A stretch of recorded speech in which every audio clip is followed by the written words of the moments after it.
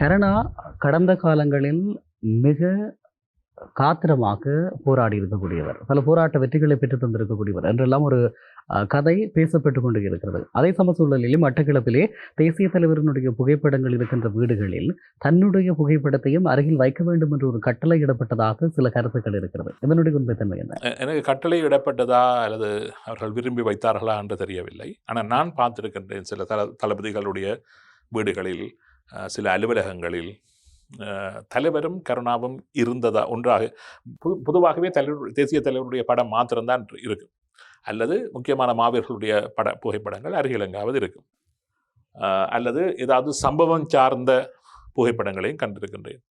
ஆனால் அந்த சமாதான காலத்தில் நான் சில அலுவலகங்களுக்கு சென்ற நேரத்தில், குறிப்பிட்ட எல்லா இடமும் இல்லை, குறிப்பிட்ட அலுவலகங்களுக்கு செல்லுகின்ற நேரத்தில் அல்லது சில தளபதிகளுடைய வீடுகளுக்கு செல்லுகின்ற நேரத்தில் கருணாவும் தலைவரும் ஒரு ஒரு ஒரு ஜாரில் அமர்ந்திருக்கின்றார்கள்.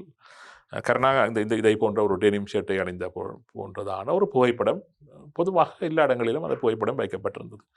இது வேண்டுமென்று வைக்கப்பட்டிருந்ததா அல்லது இல்லையா என்பது தெரியவில்லை. அந்த நேரத்தில் கிழக்கில் இருந்த சாதாரண எங்களை போன்ற மக்கள் உட்பட அநேகமானவர்கள் கருணாவையும் தலைவருக்கு நிகராக நேசித்ததன் காரணமாக அது ஒரு பெரிய விடயமாக அந்த நேரத்தில் எங்களுக்கு தெரியவில்லை.